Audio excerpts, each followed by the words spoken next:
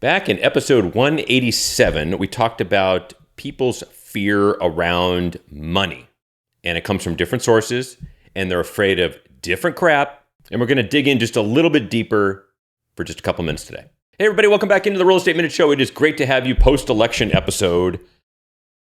There's a lot of fear back, I mentioned in episode 187, a lot of fear around money. Like, what do you do with the money?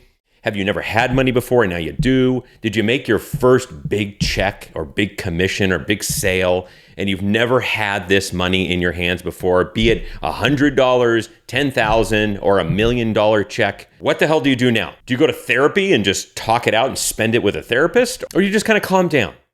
Maybe you listen to somebody like me and you listen to a bunch of other people on YouTube, friends, family, uncles, an advisor of some sort, and just calm down once you have the money.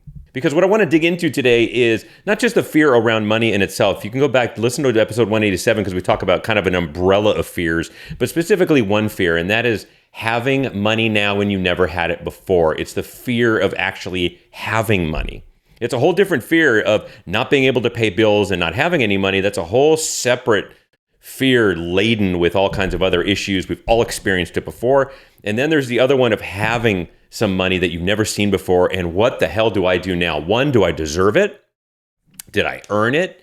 Are you confident enough in your self-worth to say and look at yourself inside and say, I earned this. This is my money. When you get your first check, like let's say you are a broker and you got your first commission check for a big commercial office building you sold or something like that. You've been working for a team before. You've been earning kind of a salary of maybe $50,000, $60,000, and you've gotten little commission checks and you've gotten kind of excited about them. But now we're talking, baby. Now you are the lead on an office building sale and you got a check for $400,000. Crazy shit. What do you do now? What do you do with $400,000? You've never had to worry about that before. You've had to worry about your checking account, your savings account, paying your bills, but now you got $400,000. You just stick it into Wells Fargo? Well, there's $250,000 FDIC insurance, so you might have to open up 2 accounts now. Now you got to worry about that. Okay, so once you get past the self-worth stuff we talked about, what do you do now? You take small, simple steps, okay? I always operate under one assumption, okay? And that is that somebody's looking to steal my money, which is why I don't use, now it might just be me, I might just be paranoid, but I don't like people and advisors who are going to invest on my behalf. I don't do that. I do all my own investing.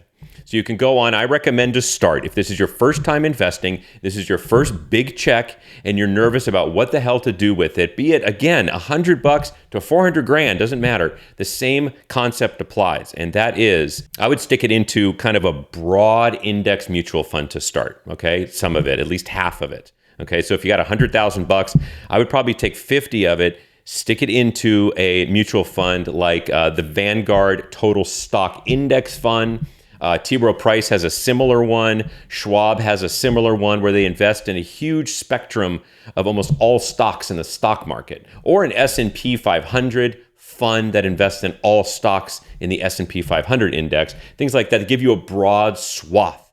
Don't invest in one stock. Unless you got insider information and it's illegal, you probably are going to lose the bet. And in this new kind of economy that's coming out with the new administration, things are going to be changing rapidly and the market reacts really fast. You don't want to be a part of that. Go into some sort of a fund to start. The rest of the money, like $50,000, I would keep at least half of that away for an emergency fund, okay? I would take the other half, if you can afford it, and spread it into a couple different, if not 2 to 4, CDs while rates are still around 4%. I still got 4.1%, which is great because rates are going to continue to drop and CDs are going to be 1% and you're going to be clicking along with 4 at one point. So that's kind of a general range I would do with your first check. Once you start earning multiple hundreds of thousands of dollars, it's a whole nother kind of advice that we could talk about separately. But that's what I would do with the initial fear and with the initial influx of cash that you've gotten for the first time.